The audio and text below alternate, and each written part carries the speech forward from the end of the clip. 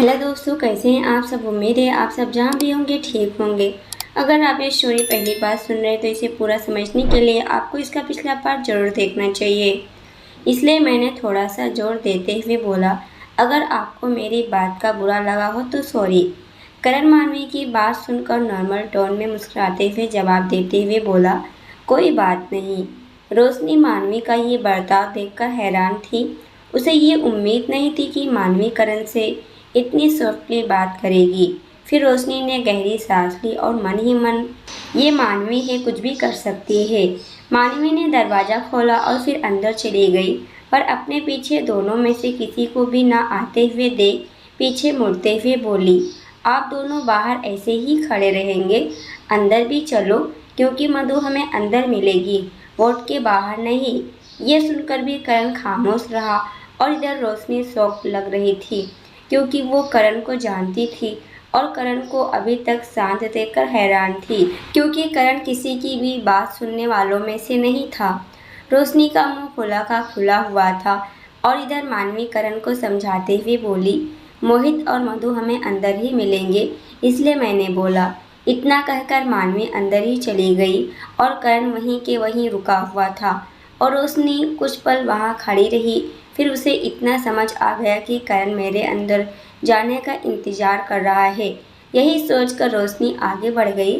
फिर उसने एक नज़र भी करण की तरफ नहीं देखा और अंदर वोट के अंदर चली गई और इधर करण भी उसके पीछे आया। फिर दरवाज़ा बंद कर दिया। वोट के अंदर मधु, मोहित और मोहित की फैमिली भी मौजूद थी और इन तीनों के अंदर आने से सबकी नज़र उस ओर चली गई थी। फिर मधु ने मानवी, रोशनी और इन दोनों के पीछे करण को भी देखी तो मुस्कुराई और बोली, तुम तीनों साथ में आए हो? इस पर मानवी बोली, करण साथ नहीं आया था। मेरी और रोशनी की मुलाकात बाहर दरवाज़ा खोलने पर करण से हुई, तो हम साथ में तो हैं, लेकिन दरवाजे तक ही साथ में ही थे। ये सुनकर मधु कुछ सोच में पड़ गई कि मानवी क्या कहना चाहती है। फिर करण ने जवाब देते हुए कहा, नहीं मधु, हाँ मैं अकेला आया हूँ। मधु अपने भाई की रूखी हुई आवाज़ सुनकर समझ गई थी कि सब अलग अलग आए हुए हैं और मधु मानवी की तरफ देखते हुए कहने लगी, शांति से एक ही बात कंप्लीट भी नहीं हो सकती? तुमसे आधी अधूरी बात बोल रही हो, मुझे समझ में नहीं आती तुम्हारी आधी अधूरी बातें। मानवी मधु को डांट लगाते हुए बोली, मधु कम से कम यहाँ तो देख लो, कितने सारे लोग मौजूद हैं, फिर भी तुम मुझे डांट रही हो। हाँ, क्योंकि तुम पागल लड़की हो। कैसे मतलब? कितनी बात को घुमाती हो। मानवी मधु को घूरते हुए नाराज़गी जताते हुए बोली, बस मधु, तुम मेरा यहाँ खामियां मत बताओ। वैसे भी मैं इस रोशनी से गुस्सा हूँ और ऊपर से तुम मुझे और गुस्सा दिला रही हो। मधु समझ गई थी कि मानवी बोलना शुरू करेगी तो खामोश रहने का नाम नहीं लेगी, इसलिए उसने बात को वहीं ख़त्म करते हुए कहा, ओके ओके, अच्छा बैठ जाओ तुम दोनों। इधर मोहित, जो कि कुछ खा चुका था और कॉफ़ी पीकर बैठा हुआ था, वो काफ़ी रिलैक्स फील कर रहा था। मानवी और रोशनी को देखकर हल्का सा सिर अपना हिलाया और करण को देखकर मोहित कुछ पल के लिए तो करण को देखता रहा। फिर अगले ही पल उसके भाव बदल गए थे, क्योंकि वो समझ गया था कि करण अपनी बहन के पीछे यानी कि मधु के पीछे आया था। मधु अपने भाई के पास जाते हुए, भाई क्या आपने मुझे शाम को पिकअप करने के लिए कहा था? तो करण ने जवाब देते हुए कहा, हाँ मैंने यही सोचा था, लेकिन मुझे तुम्हारा काम था, इसलिए मैं इस वक्त आ गया, तो मैं तुम्हें अपने साथ लेकर ही जाऊंगा। क्यों, क्या हुआ भाई, आपको कुछ काम था मेरा? मधु ने पूछा और उसका जवाब देते हुए करण ने कहा, हाँ मुझे तुम्हारा काम है, इसलिए मैं तुम्हें लेने आया हूँ। इतना सुनकर मधु पीछे मुड़कर मोहित की तरफ देखने लगी। इधर मोहित मधु के जाने की बात सुनकर कुछ समझ नहीं पा रहा था, फिर भी वो खामोश रहा और उसने मधु को कोई भी इशारा नहीं दिया, जिसे देखकर मधु फिर करण की तरफ देखकर उदासी से थोड़ी धीमी आवाज़ में बोली, भाई क्या हम शाम के वक्त चले? करण ने जवाब देते हुए कहा, फिक्र मत करो मधु, मैं तुम्हें यहाँ फिर से लेकर आऊँगा। मुझे कुछ पल का वक्त चाहिए तुम्हारा, उसके बाद मैं तुम्हें यहाँ रखने आऊँगा। ये सुनकर तो मधु कुछ भी बोल नहीं पाई और इधर रुक्मणी करण की तरफ आते हुए बोली, ठीक है, अगर तुम्हें मधु को लेकर जाना है तो लेकर जाओ, लेकिन फिर छोड़ देना। वैसे भी मधु मोहित का ख्याल रख रही है तो उसे यहाँ होना चाहिए। इस वक्त कल शाम को तो फिर जा ही रही है, तो कुछ वक्त मोहित के साथ रहेगी तो मोहित को अच्छा लगेगा। मोहित जिद करके अपने पुराने घर आ गया था जहाँ मोहित की मॉम रहती थी। मोहित अपने कमरे में था तो वहीं मधु नीचे सभी घर वालों के साथ। जाहिर था इतने दिन बाद मधु आई थी और कोमल भी थी, इसलिए कोमल मधु को बातों में उलझा रखी थी। इतने में अंशिका कहीं जा रही थी। कोमल अंशिका से, भाभी कहाँ जा रही हैं? ये सुनकर अंशिका का मूड कीर्ति की वजह से खराब था। वो गुस्सा कोमल पर उतार देती हैं। अंशिका, देखो कोमल, कोई बाहर जाया करे तो उसे टोकते नहीं। इतना बोलकर अंशिका निकल जाती है और इधर मधु और कोमल देखते ही रह जाती हैं। कोमल मधु से, मधु, ये अंशिका भाभी कुछ अजीब बर्ताव नहीं कर रही हैं? इतना बोलकर कोमल का चेहरा उदास हो जाता है। मधु कोमल को समझाते हुए, कोमल, ये सब फालतू बात जाने दो, तुम सिर्फ अपने पेट में पल रहे बच्चे का ख्याल करो, उसकी फिक्र करो। ये सुनकर कोमल मुस्कुराई और अपने पेट पर हाथ रखकर फील करने लगी। सच में उसे इस वक्त बेहद अच्छा फील हो रहा था। ये देखकर मधु भी अपने आप को मुस्कुराने से नहीं रोक पाई। इतने में रुक्मणी वहाँ आई। उसके हाथ में ट्रे थी और रुक्मणी ने मधु की तरफ देखते हुए कहा, मधु, ये लो, तुम मोहित के लिए सूप लेकर जाओ। मधु ने फुर्ती दिखाई और तुरंत ही सूप लेकर मोहित के कमरे की तरफ बढ़ गई। इधर मोहित के हाथ में इस वक्त एक लैपटॉप था और वो सीरियस होकर अपने काम में फोकस कर रहा था, इसलिए उसे ध्यान ही नहीं रहा कि कब मधु कमरे में आई और उसके पास आकर बैठी थी। इधर मधु भी मोहित को इतने गहराई से काम करते देख मुस्कुरा रही थी और तकरीबन 10 मिनट गुजर गए। उसके बाद मधु अपने आप को रोक नहीं पाई और बोली, मोहित।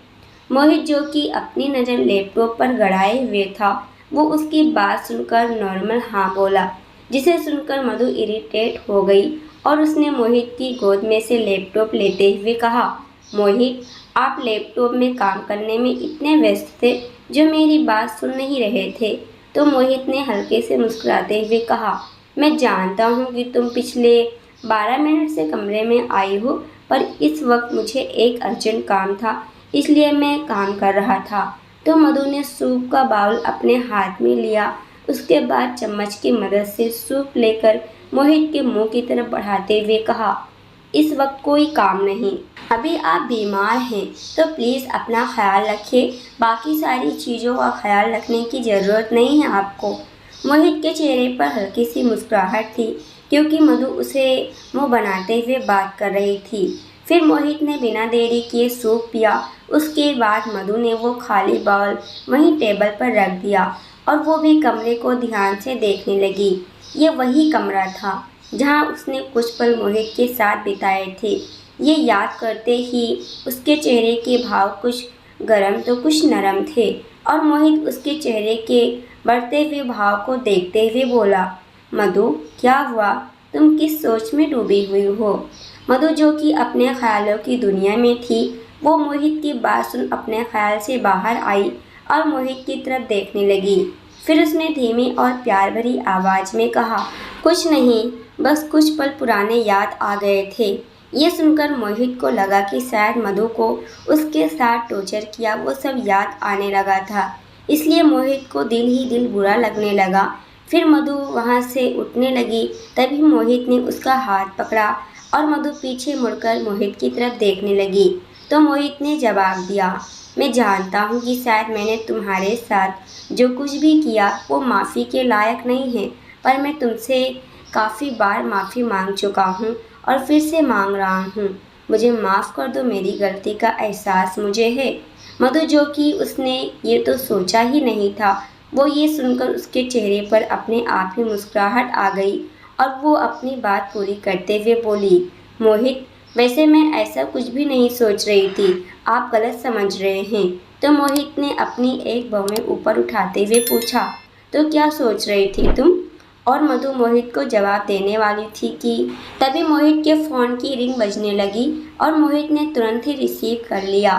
कॉल विनीत का था। विनीत आज मोहित को घर छोड़कर सीधा मुंबई के लिए निकल गया था। मोहित के कॉल रिसीव करते ही विनीत ने कहा, मोहित मैं वो फाइल तो तुमसे लेना ही भूल गया और ऊपर से अब मैं आधे रास्ते पर आ गया, तो तुम एक काम करो, उस प्रेजेंटेशन के डॉक्यूमेंट एक फाइल के फॉर्म पर मुझे मेल कर दो। ये सुनकर मोहित सोचने लगा कि विनीत ने जिस फाइल के बारे में बात कही वो तो उसके नए घर यानी बंसल निवास है।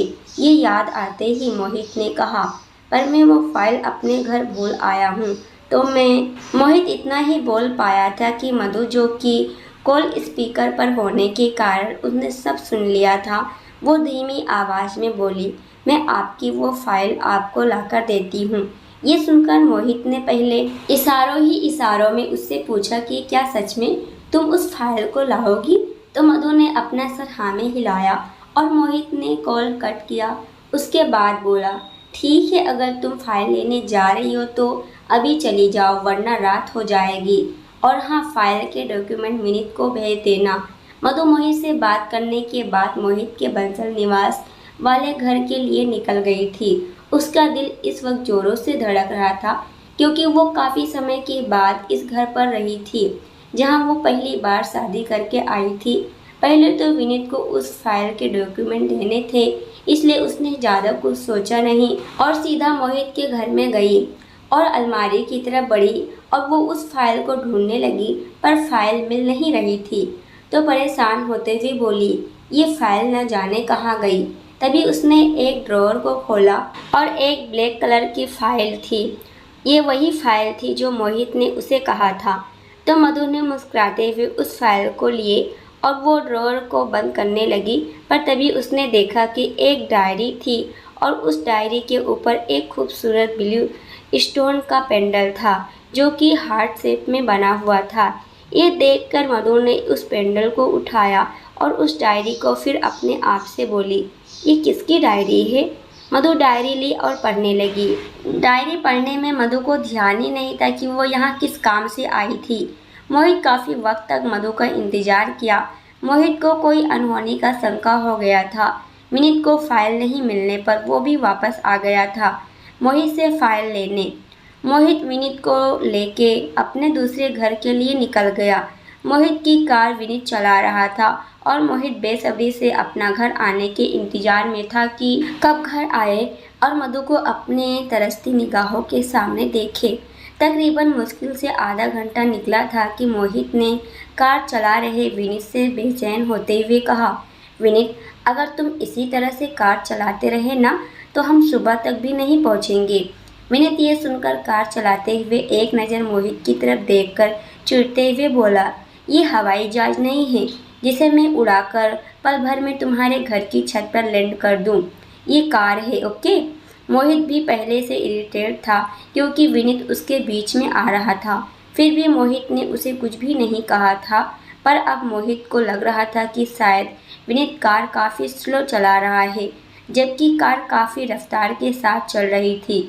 इसलिए मोहित ने विनीत से कहा, एक काम करो, तुम मुझे कार चलाने दो, तुम कार रोको। विनीत ने मोहित की तरफ देखते हुए कहा, मोहित, फालतू की जिद करना बंद करो तुम। पहले ही तुमने मुझे परेशान कर दिया है और अब मत करो प्लीज़।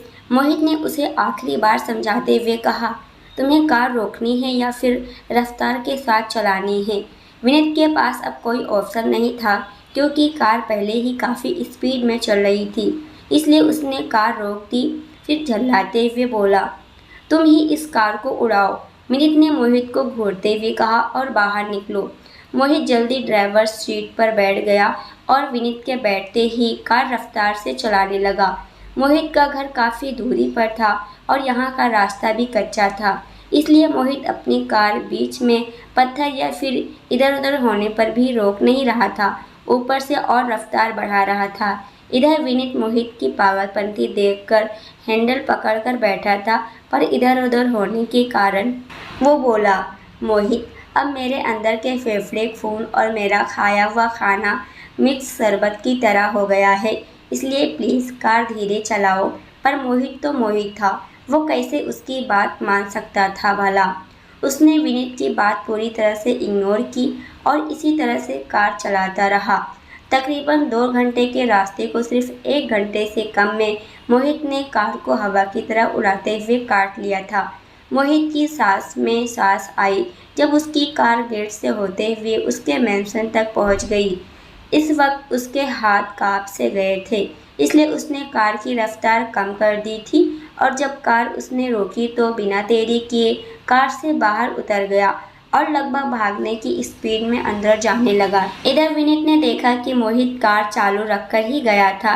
यह देखकर विनीत ने कहा, मोहित, कम से कम कार बंद कर लिया करो, इस तरह से पागलपंती मत करो।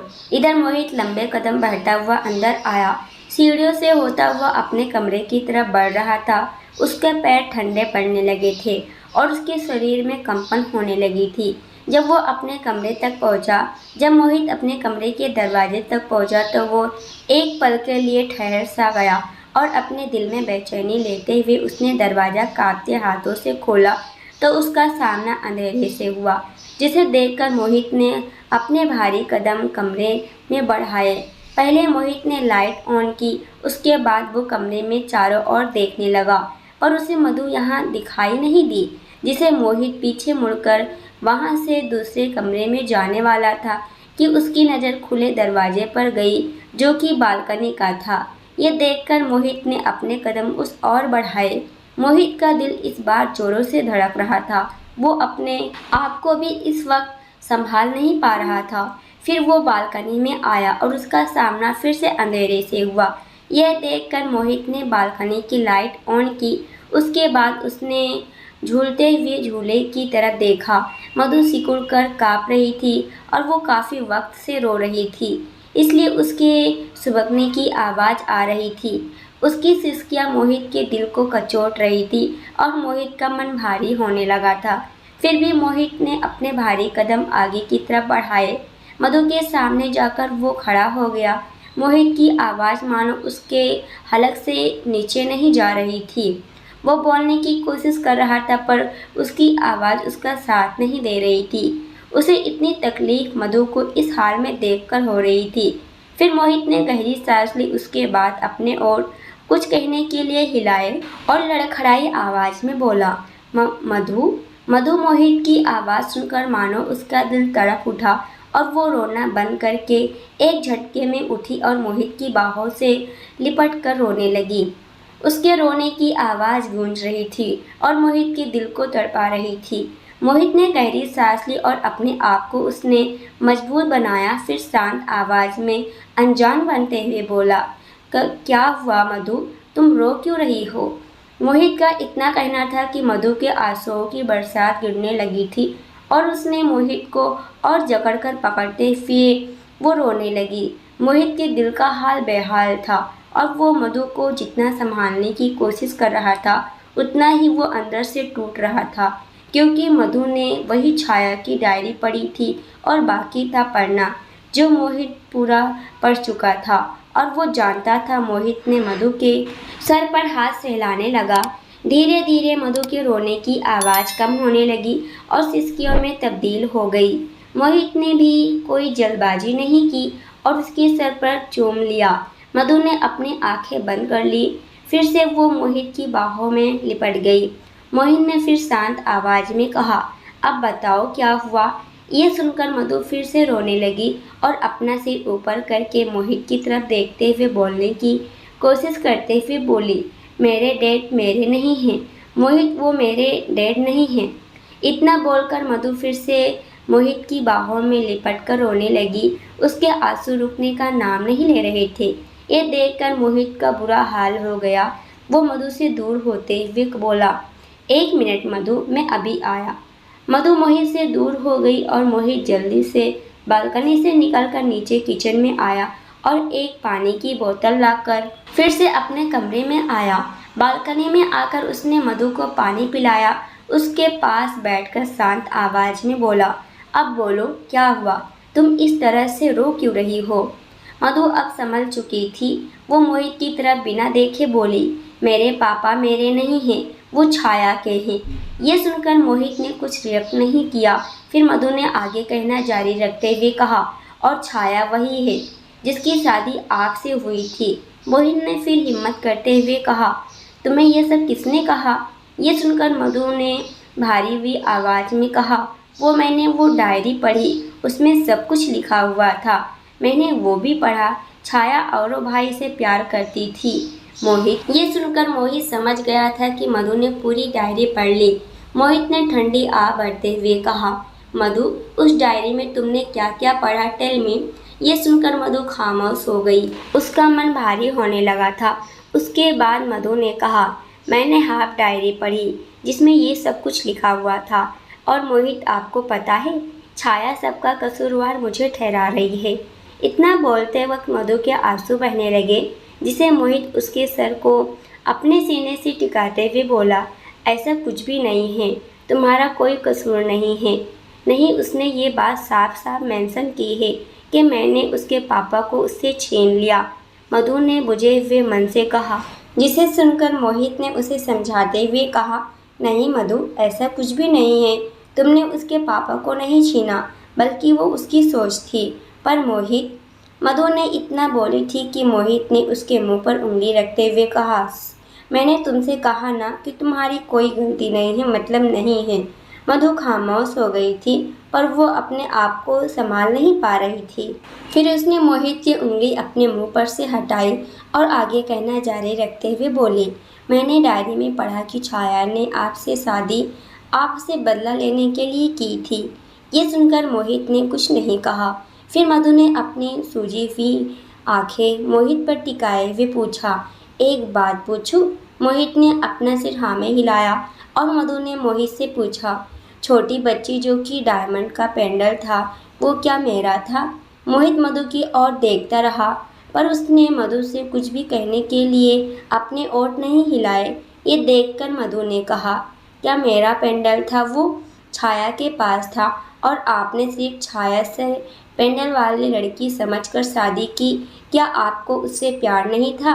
मोहित ने अपना सिर हाँ में हिलाया, क्योंकि उसे कुछ भी बोला नहीं जा रहा था। ये देखकर मधु को ना जाने क्यों अच्छा भी लग रहा था और बुरा भी। मधु को जो चाहिए था वो मिल गया था। उसे मोहित का साथ चाहिए था, उसने पा लिया था। और मोहित का सर हाँ में हिलाने यानी उसके हर सवाल का जवाब मिलने के बराबर था। इसका मतलब मोहित मुझे जब 7 या 8 साल के थे तब से जानते थे, और मोहित को मुझसे शादी करनी थी। इसका मतलब वो छाया से प्यार नहीं करते थे। मधु अपने मन में यही सब सोच रही थी, और उसके दिल को न जाने पर एक सुकून और ठंडक मिल रही थी। तभी मधु को खुशी का ख्याल आया। वैसे तो मधु जानती थी कि खुशी मोहित की शायद बेटी नहीं है, पर आज वो अपना ये डाउट क्लियर करना चाहती थी। इसलिए उसने मोहित से पूछा, वो खुशी मेरी बेटी नहीं है, वो मेरे भाई औरों की है। मोहित ने बीच में मधु को टोकते हुए कहा, जिसे सुनकर मधु के दिल में वो खुशी हो रही थी, शायद वो बयां भी नहीं कर पा रही थी। फिर मधु मन ही मन, मेरे सामने हर सच है। जैसा मैंने सोचा था कि मोहित छाया से प्यार करते थे, वैसा कुछ नहीं था। वो तो सिर्फ छोटी बच्ची से प्यार करते थे, जो कि मैं थी। फिर हमारी मुलाकात हुई प्लेन में। तभी मोहित के दिल में पहले मैंने जगह बनाई थी, यानी सब शुरुआत में मुझसे जुड़ा हुआ था। पर छाया ने मुझसे बदला लेना चाहा, या फिर मोहित को मैं वो बात क्यों नहीं समझ पा रही। असल में छाया को मधु से बचपन से नफरत थी, और मोहित से भी उसे नफरत थी। तो मधु के मन में ये सवाल खटकने लगा था कि उसे किसकी आड़ में शादी की, मुझे अपना प्यार ना मिले इसलिए, या फिर मोहित को उसका प्यार ना मिले। खैर, ये सवाल का जवाब तो छाया की डायरी दे सकती थी, जो कि वो पूरी पढ़कर अपने सारे डाउट्स क्लियर कर सकती थी। मधु को इतना ख्याल आते ही वो जल्दी से वो डायरी को ढूंढने लगी। इधर मोहित उसकी ये हड़बड़ाहट देखकर उससे बोला, क्या हुआ मधु तुम्हें? मधु ने मोहित से कहा, मोहित, मैंने सिर्फ आधी डायरी पढ़ी है, मैं पूरी पढ़ना चाहती हूँ ताकि मुझे हर सच्चाई का पता चले, इसलिए मुझे वो डायरी पढ़नी है। मोहित जानता था कि आगे डायरी में क्या लिखा हुआ था, इसलिए उसने इस वक्त मधु का डायरी पढ़कर पूरे सच को जानना सही नहीं समझा। इसलिए उसने डायरी को पहले ही अपने पीछे छुपा लिया था और वो मधु को मना करते हुए बोला, नहीं मधु, तुम्हें इस वक्त डायरी पढ़ने की ज़रूरत नहीं है। वैसे भी तुम सारे सच जान गई हो, फिर तुम्हें और सच जानने की ज़रूरत नहीं है। पर मधु अब कहाँ सुनने वाली थी। उसने जिद करते हुए कहा, नहीं, मैं सब कुछ जानना चाहती हूँ, मुझे जानना है कि क्या सच है। मोहित ने एक बार फिर समझाते हुए कहा, मधु, अब उस डायरी को पढ़ना तुम्हारे लिए सही नहीं है। सही तो मेरे साथ अब तक नहीं था। सब कुछ मेरे साथ गलत हुआ। शुरू से लेकर मैं अंधेरे में थी और आज मैं सच से रूबरू हो रही हूँ, तो मुझे सब कुछ जानना है, मधु ने जिद करते हुए कहा। और मोहित ने शांत आवाज़ में कहा, कुछ राज राज ही रहे तो बेहतर है मधु, और वैसे भी तुम्हें सब सच पता चल गया है और कुछ भी जानने की ज़रूरत नहीं है। इतना कहने के बाद मोहित अपनी जगह से उठकर मधु का हाथ पकड़कर उसे उठाते हुए बोला, चलो अब उठ जाओ, तुमने अभी तक डिनर नहीं किया और न ही मैंने। पहले तुम जाओ, फ्रेश हो जाओ, तब तक मैं खाने का इंतज़ाम करता हूँ। मधु जानती थी कि मोहित इतनी आसानी से मानने वाला नहीं है, इसलिए उसने मोहित की हाँ में हाँ मिलाई, उसके साथ जाने लगी। हालांकि उसका मन अभी भी डायरी को लेकर थोड़ा ठीक नहीं था, इसलिए वो मन ही मन सोच रही थी कि डायरी गई कहाँ जो वो पढ़ रही थी। मधु, तुम्हें मेरी बात सुनाई नहीं दे रही? मोहित ने भारी आवाज़ में कहा, जिसे सुनकर मधु अपने होश में आई। फिर वो मोहित से उठते हुए बोली, मैं अभी फ्रेश होकर आती हूँ, आप खाने का इंतज़ाम करिए। पर मोहित कहाँ उसकी बात मानने वाला था, इसलिए उसने उसका हाथ पकड़ते हुए बाहर की तरफ ले जाते हुए बोला, नहीं, पहले जाओ और तुम शावर लेकर आओ, उसके बाद हम साथ में नीचे जाएंगे। अब मधु के पास कोई चारा नहीं था मोहित की बात को मानने के अलावा, इसलिए उसने और बहस नहीं की और उसकी बात मान ली। मोहित मधु को लेकर कमरे में आया। पहले तो मोहित मधु को अपने साथ लेकर वॉशरूम के दरवाजे तक आया। फिर उसने वॉशरूम का दरवाज़ा खोलकर मधु की तरफ देखकर शांत आवाज़ में बोला, जाओ तुम शावर ले लो। मधु ने सोचा था कि शायद मोहित उसे यहाँ तक छोड़कर बाहर चला जाएगा, पर ऐसा नहीं था। मोहित यहाँ तक उसके साथ खड़ा था, इसलिए मधु को ना चाहते हुए भी वॉशरूम में जाना पड़ा, वरना उसने मन बना लिया था कि वो मोहित के कमरे से बाहर जाने के बाद डायरी को ढूंढकर पूरी पढ़ेगी। पर अब वो क्या ही कर सकती थी, इसलिए वो भारी मन से वॉशरूम के अंदर चली गई। इधर मोहित उसके वॉशरूम में जाने के बाद गहरी सांस भरकर वो बेड की तरफ बढ़ने लगा था कि तभी उसे वॉशरूम के दरवाजे के लॉक खुलने की आवाज़ सुनाई दी, जिसे सुनकर मोहित रुककर पीछे मुड़कर देखने लगा। इधर मधु ने दरवाज़ा खोला था, ये देखने के लिए कि मोहित कमरे से बाहर गया या नहीं, पर मोहित को यहीं खड़े देखकर उसने दरवाज़ा फिर से बंद कर दिया। फिर वो अपने सीने पर हाथ रखकर गहरी सांस भरते हुए बोली, शायद मोहित मेरी बात नहीं मानेंगे, मुझे उनकी बात सुननी पड़ेगी। इतना कहकर मधु शावर लेने लगी। इधर मोहित शावर चलने की आवाज़ सुनकर समझ गया कि अब मधु बाहर नहीं निकलेगी। फिर भी उसने कंफर्म किया दरवाजे के करीब जाकर कि क्या मधु बेवकूफ़ तो नहीं बना रही ना, पर ऐसा नहीं था। इसलिए मोहित जल्दी से अपने कमरे से बाहर निकला और नीचे जाकर उसने एक सर्वेंट से उसने खाना तैयार करने के लिए कहा। उसके बाद मोहित ने अपना फ़ोन निकालकर विनीत को कॉल किया। विनीत ने कॉल तुरंत रिसीव किया।